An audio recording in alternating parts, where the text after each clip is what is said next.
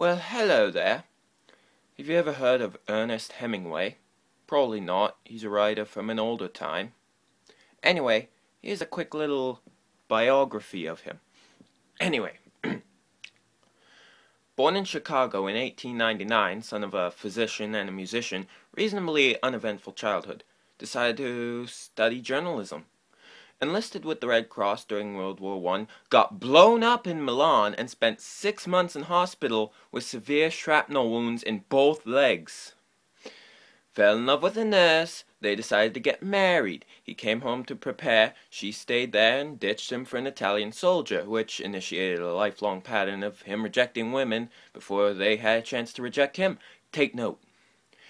Got a job as a foreign correspondent, fell in love with his roommate's sister, married her, moved to Paris. They hung out with Gertrude Stein, they kicked it with Pablo Picasso. He started writing in earnest, no pun intended, moved to Toronto, had a kid, moved back to Paris, published a couple books, cheated on his wife, got divorced, married the other woman, converted to Catholicism,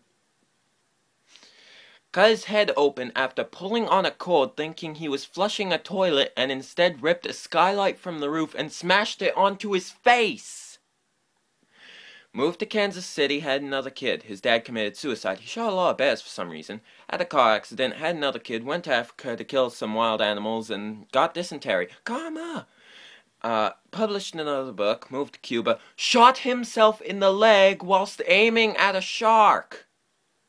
Cheated on his wife, got divorced, married the other woman, published For Whom the Bell Tolls, sold 500,000 copies in a couple of months, and got nominated for the Pulitzer Prize. Cheated on his wife, got divorced, married the other woman, became the self-appointed leader of a band of village militia outside of Paris, and was subsequently brought up on charges for contravening the Geneva Convention, and got away with it like a fucking champion.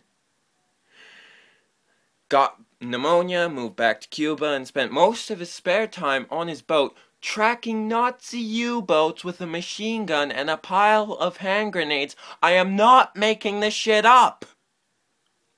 Had a few more car accidents, 3 more concussions, got clawed while playing with a lion.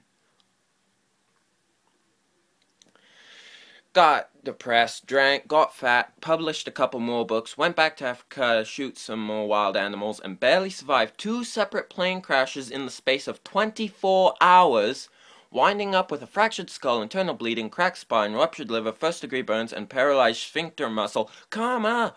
Won a Nobel Prize, had a file opened on him by J. Edgar Hoover, left a bunch of shit in a safe in Cuba, and moved to Idaho. Paranoid that the feds were following him, which they were because he spent most of the 1940s working for the KGB. Again, not making this shit up. Suffered from hepatitis, nephritis, hypertension, hemochromatosis, anemia, and impotence. Karma.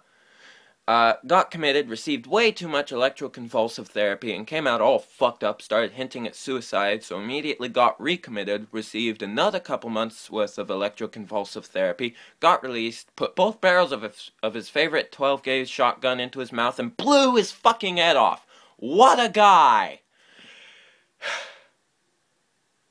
Is there anything else you need to know about that famous writer?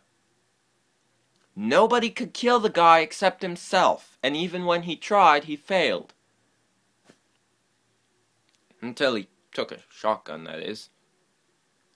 Thank you for joining.